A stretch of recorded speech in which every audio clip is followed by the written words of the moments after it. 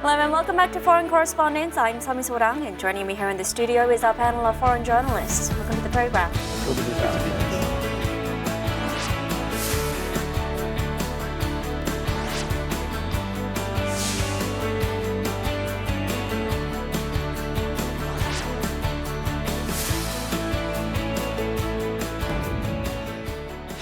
South Korea's self-employed business owners are facing a crisis amid falling revenues and a rise in outstanding loans. In response, the South Korean government has announced new measures to spur growth and innovation among the country's self-owned businesses. 자영업자를 위한 종합적인 지원 대책을 마련했습니다. 카드 수수료 인하를 본격적으로 추진하고 상가 임대차 보호, 골목 상권 적합업종 지정 등을 통해 자영업자들의 경영 안정을 적극적으로 지원할 것입니다. 최저임금 인상으로 어려움을 겪는 소상공인 자영업자 대책을 강화하겠습니다. So this week on Foreign Correspondents, we sit down with our panel of foreign journalists to talk about the struggles faced by South Korea's self-employed business owners and possible solutions.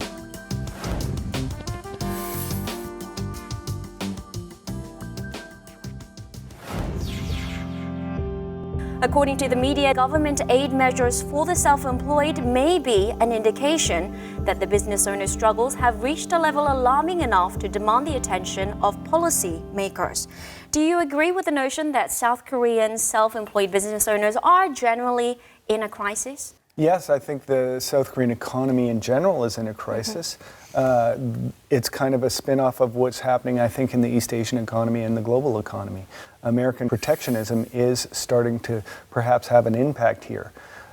So goods that are produced in South Korea exported to China for further development and remanufacture for export to the United States and elsewhere, there's a crunch that's facing that economy, and that has a spin-off here in South Korea. There are also some other economic issues in terms of trade between South Korea and China, which has been reduced because of that and measures that the Chinese government has taken there. So there are some other impacts on the South Korean economy in general that I think are impacting these self-employed people, as well as other issues that are impacting the self-employed here as well. Okay, so you mentioned a couple of factors that could be at play.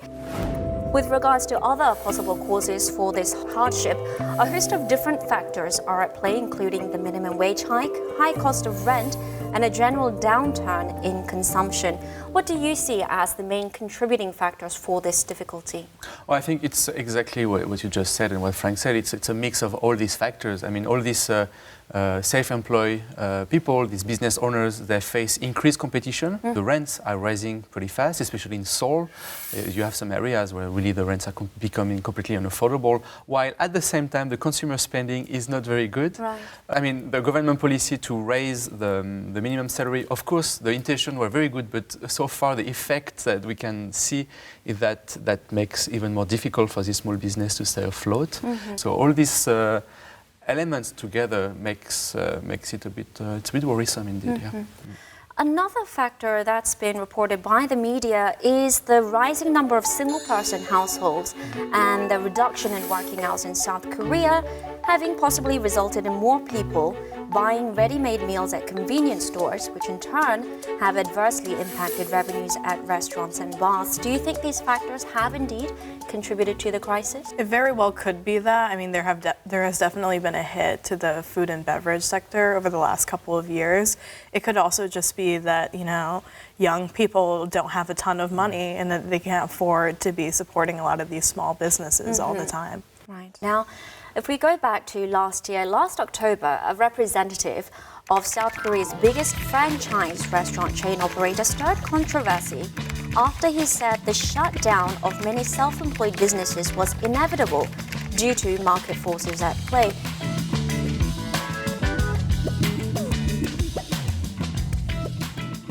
Is it necessarily a bad thing that in an open, free economy that businesses that no longer remain competitive are driven out of business simply because of market forces at play?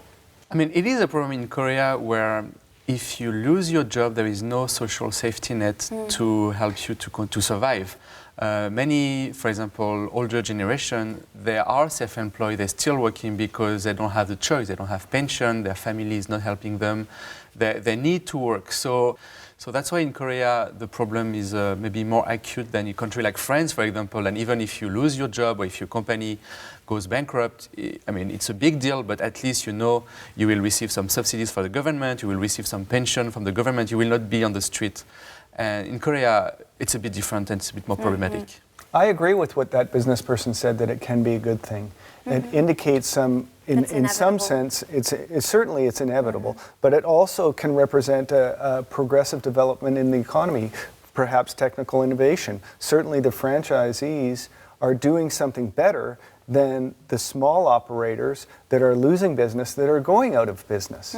And so that will perhaps inspire entrepreneurs in South Korea to do a better job of it. At the same time, as Frederick mentioned, retraining and re-education is not looked at either here in South Korea or in other countries, I believe, in the way that it needs to be approached. Still, we see incredible hesitancy and reservations of individuals having to go through that process.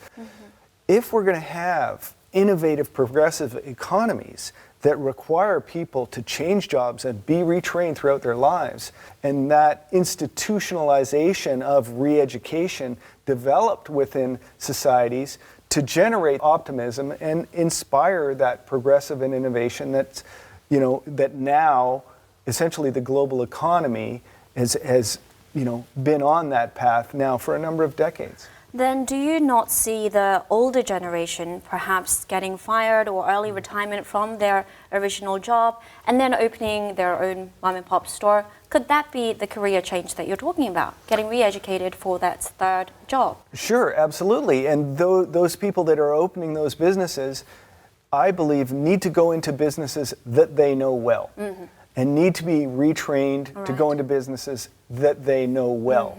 And that's very important, and I don't think that's the case with some of the small businesses that are being developed by people that have recently retired. They go kind of the easy route, something they know a little bit about, something maybe their friend did. Opening a chimek is a typical sort of thing done here, but opening a small business is a tremendous challenge in every country. Any statistics you look at, within 5 years, the chances are better that they're going to be out of business than still in business. Yeah, I agree with you, and if I can add something, what I can see here in Seoul on the ground is that in my neighborhood is that there is a lack of diversification. You see these chicken places, this pyeonijum, so many people, so many pyeonijum open at the same place, so many cafes, and they don't stay in business for a long time because there are just too many of them now. It's amazing in my neighborhood the number of cafes that opened in the last 5 years, and of course the competition is too high. So more diversification is necessary, and that's why a good retraining program and system would be necessary. Okay. Now, we talked about the high percentage of South Korea's labor force being self-employed. So as of 2017, the number of self-employed totaled 5.6 million people, which as a percentage of its labor force was among the highest in the OECD. Why do you think this is so? I think, actually, I really admire the Korean entrepreneurship spirit. I see more entrepreneurship here than in France, for example. But I know that it's because here people just don't have a choice. That the only way being self-employed or starting their own small business is the only way they have to survive. I also think some of it could have to do with the fact that working in an office in Korea or traditional routes of employment, when you do get those jobs, when you are one of the select few, it's a really hard life to live. There's a lot of hierarchy that you need to navigate. There are long working hours.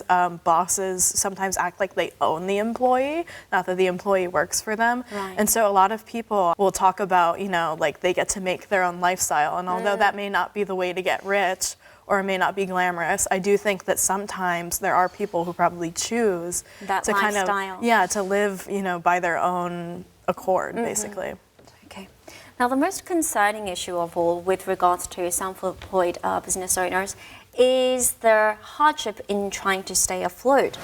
So according to one sobering statistic, 7 out of 10 self-employed people are forced out of business within the first 5 years. How do these numbers compare to that in the US? So the survival rate, as far as I've seen in the US, it depends on what study you're looking at, but generally speaking, it's around 50% for 5 years after opening, which isn't too bad. Yeah. And the restaurant industry is actually much higher than that, but the overall average is about 50%, so a little better than Korea, yeah.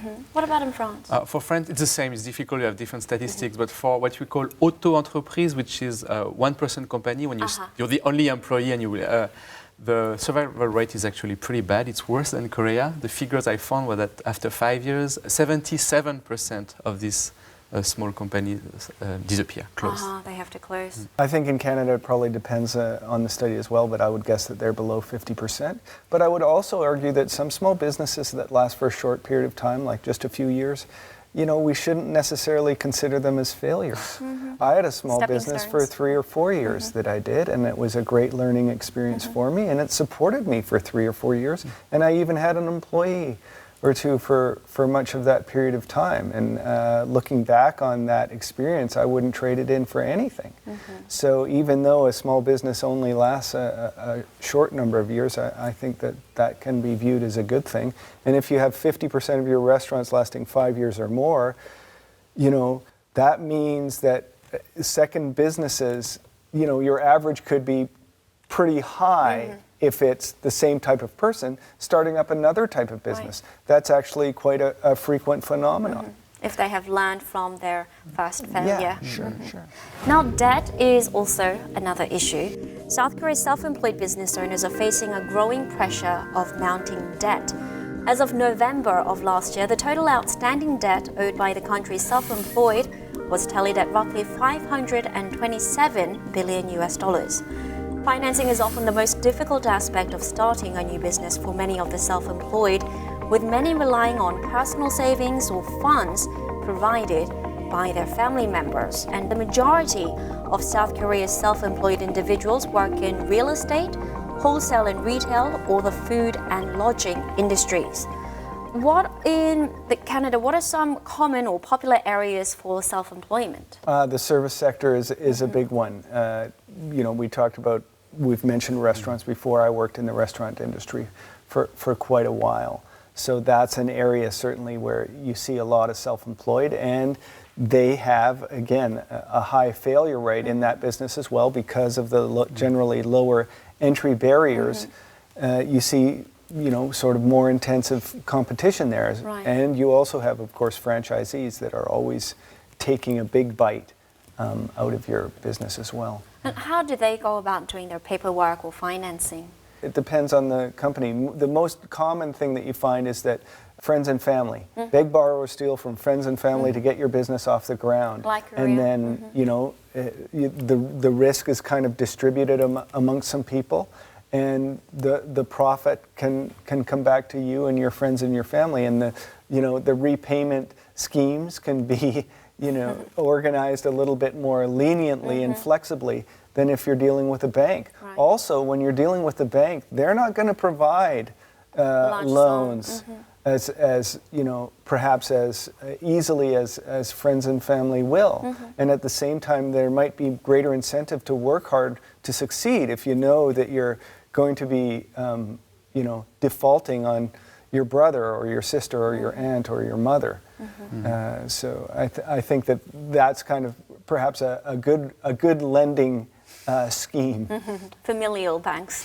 So is that the situation in France as well? Mostly the service industry? Yeah, I mean, we are an aging society, and many self-employed people are, for example, taking care of older folks. People, you know, I mean, it's the same idea that it's an area where you don't need a lot of investment to start. Right. It's because of the French law, it's very simple to start your own business as in the service sector. You can to do cleaning, for example, but other young people do e-commerce. I mean, it's same as everywhere. There is so many sectors, and it's actually increasing. We see more and more people being self-employed in France too. When you're talking about self-employed business owners, you cannot leave out the topic of franchises. There are over 5,000 franchise brands in the country in South Korea. When it comes to fried chicken alone, there are nearly 400 different franchise brands.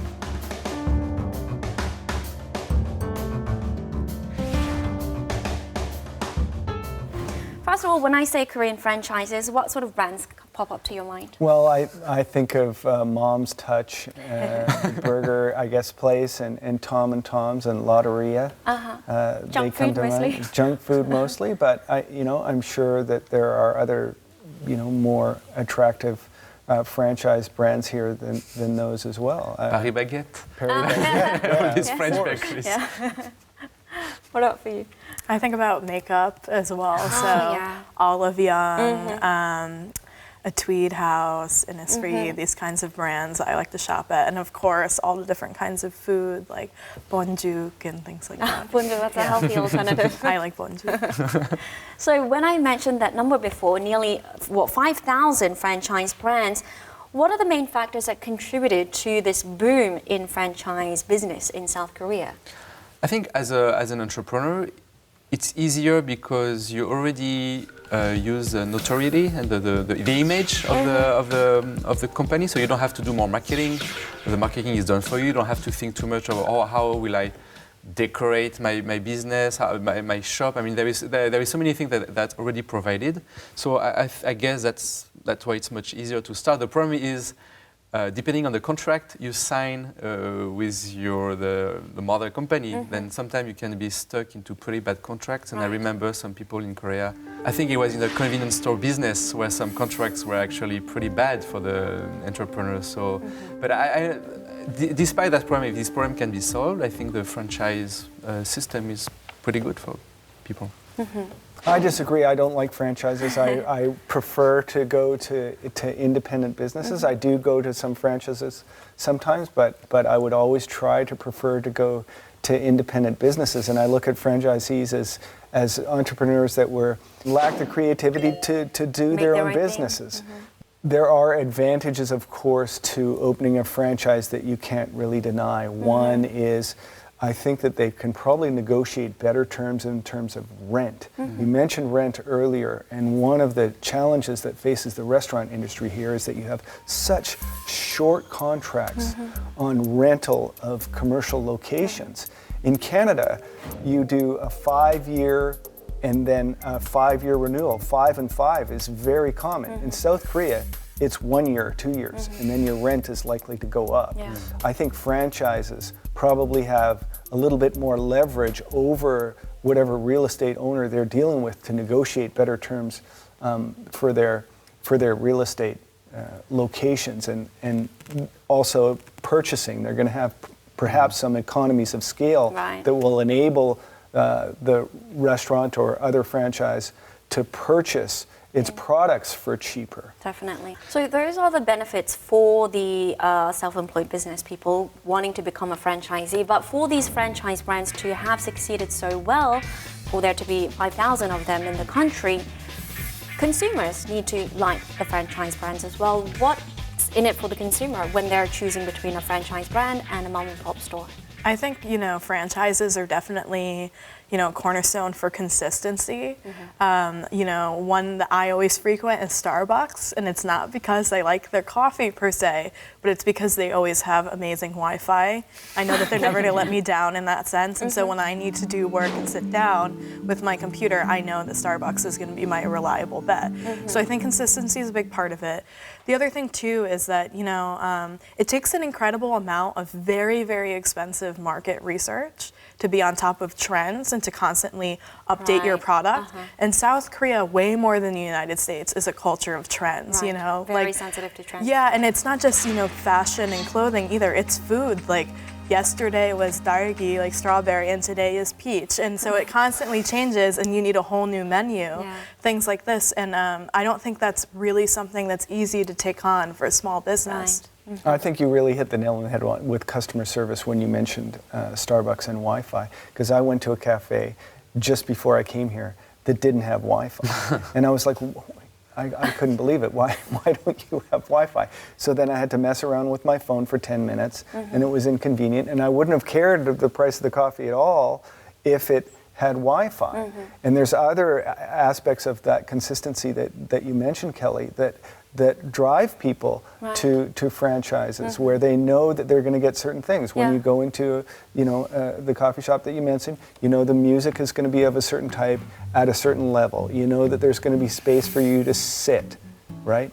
Then it's going to be reasonably comfortable. The atmosphere is going to be, conducive to you being able to work. You're not going to be distracted or something like that. So I think that plays to South Korean consumers' attraction to franchises that carefully supervise their operations. I mean, I like that both type of business exist. I will give you a very simple example that's close to me. I like French bakeries in Korea.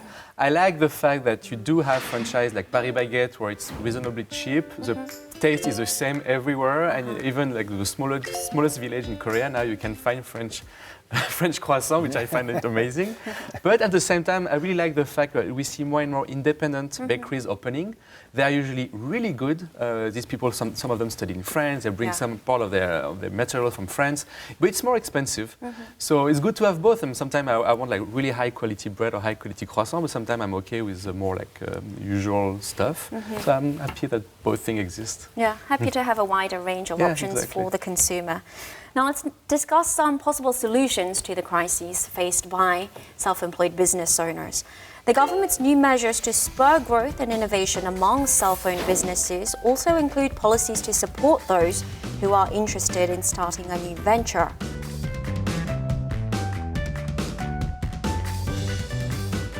What kind of special training or aids are available in Canada for those wanting to start their own business? Well, just to spin off the word you mentioned, training, I think that's the most important thing. I'm not a big supporter of government getting into startup funding. I'd rather see that tax money be left in the private sector so that they can invest in small business that venture capitalists have identified as being potential for success, rather than have bureaucrats decide where they're going to put venture capital funding. However, retraining, again, and I mentioned this earlier, having retraining be an institutionalized feature of society so that people would be willing to take that risk to be self-employed, knowing that if they failed, they could get retrained and do something else down the road.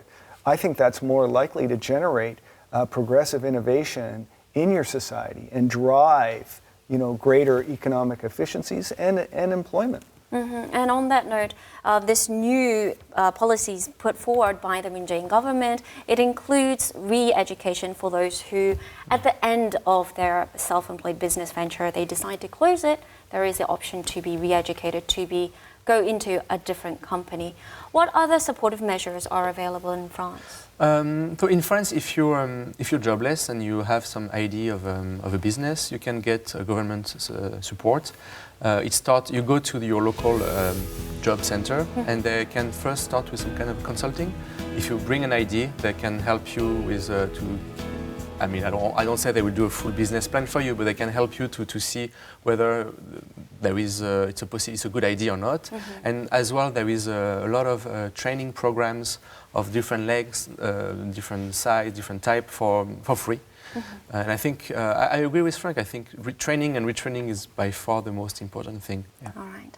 Now, the government supportive measures for growth and innovation among the self-employed include the following 8 key objectives.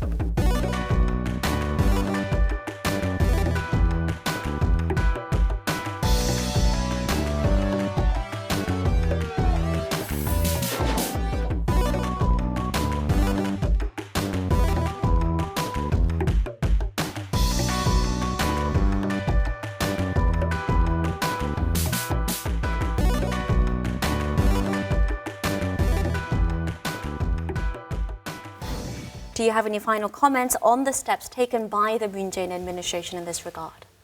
I think it's definitely a step in the right direction, and the Moon administration is smart to, help support small businesses, and largely because the South Korean economy is struggling, and this is kind of a demographic issue. So I think in doing this, it's also just supporting younger and older generations, and just softening the blow if something doesn't go well, and enabling people to take higher risks. Yeah, I agree totally with Kelly. I think it's a step in the right direction. And you notice as well that the Seoul government is starting a measure that I find really interesting, is that what they call zero pay. It's supposed to help small business to do money transaction for almost zero fee. Right. And I hope this initiative will be a success. Right, it eliminates the credit card transaction yes. fees. Yeah, I think it's a good measure. I would be hesitant to support the sort of cash handout policies that the Moon Jae-in government has advocated a little bit, and tend to support the retraining and re-education aspect of the measures that they intend to put forward. So as opposed to money itself, give it in terms of education. Yeah. All right, we'll have to wrap it up there. Thank you very much. Thank you. Thank you for your insights. Good to be here, thanks. In his New Year's address, President Moon Jae-in vowed to make 2019 the first year of an era where everyone lives in shared prosperity. Let's hope the government's latest measures can give the country's self-employed something more to smile about in the coming years. That's all the time we have for today. Thank you for tuning in, and goodbye.